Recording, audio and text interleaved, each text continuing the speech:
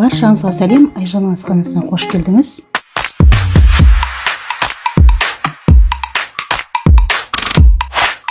Бүгін сіздермен банкаға баклажаннан икра жабатын боламыз.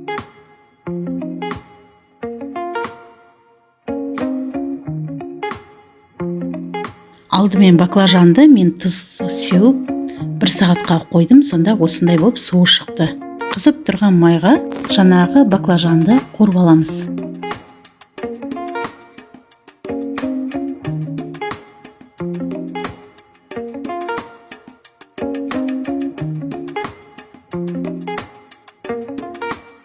Осылай араластырып тұрамыз, содан кейін қақпағын жауып бұқтырып қоямыз.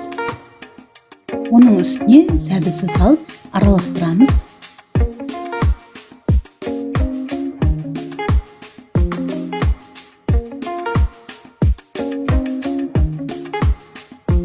Жиырма минуттан кейін қызыл бұрыш, чеснок, болгар бұрышын және ұнтақ қара бұрыш пен қызыл бұрышты салып жақсылап бәрін араластырамыз.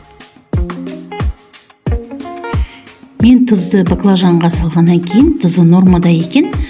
Одан кейін мен тұз салған жоқпын. Сіздер де тұзды байқап саларсыздар.